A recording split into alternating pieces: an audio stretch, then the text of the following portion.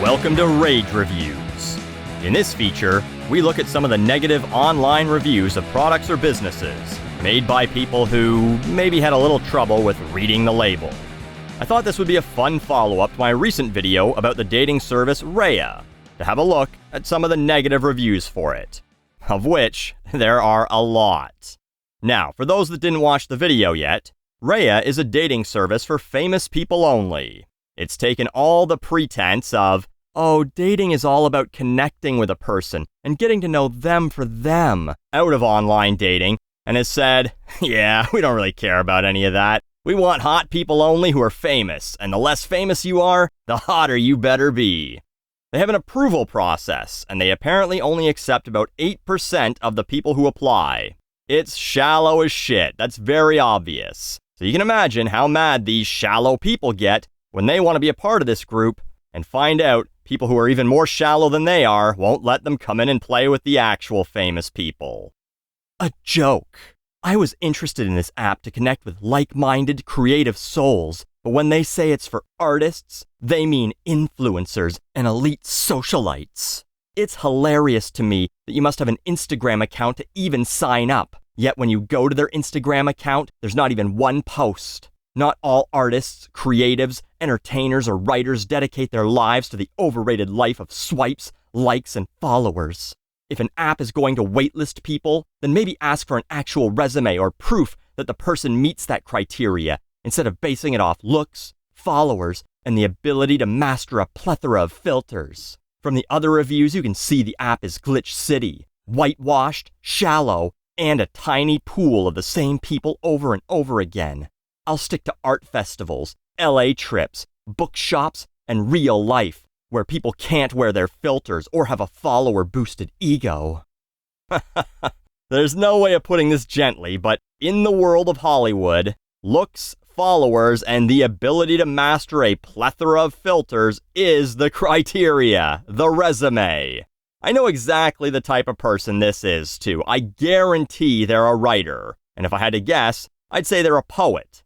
Likes to claim that they don't care if their stuff is ever read, but really they're afraid of rejection. And they thought, oh, if I could get on the site, maybe I'll be able to meet some people who can help me really kickstart my career. I could start writing easy shit like sitcoms and get an easy paycheck to help fund my real passions.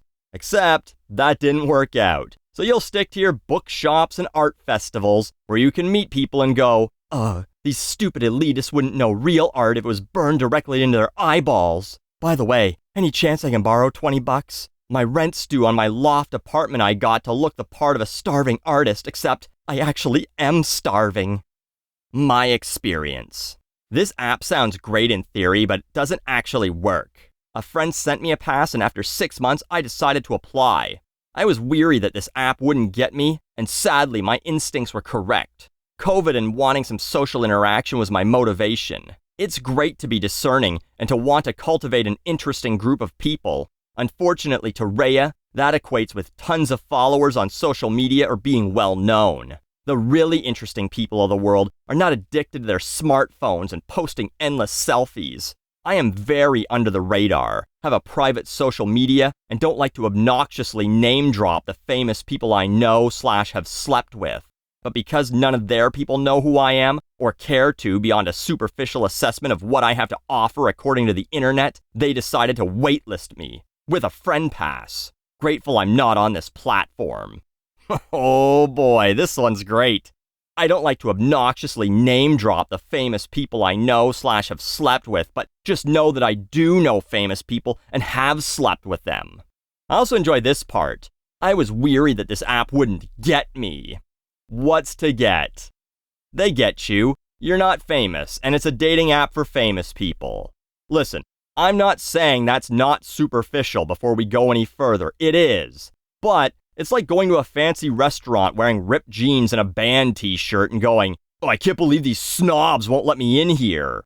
No, they won't. And why would you want to be there anyway? It's clearly not your scene. So go somewhere where you can be yourself. Don't be pissed at them because you don't fit in there. They wouldn't fit in with your friends either. Grateful I'm not on this platform. No, you're not. But you keep telling yourself that as you white-knuckle type an angry 1-star review about not being immediately allowed in, even though you had a pass, which just means you had a friend on Raya. Good of you to tell everyone that. I know famous people and expected you to be brought into their inner circle. Or maybe you really aren't as interesting as you believe you are. Just as much as endless selfies and people addicted to their phones aren't interesting, telling everyone how much you hate selfies and smartphones, typed from a smartphone in a review for a smartphone app, isn't interesting either. 2 years on the wait list.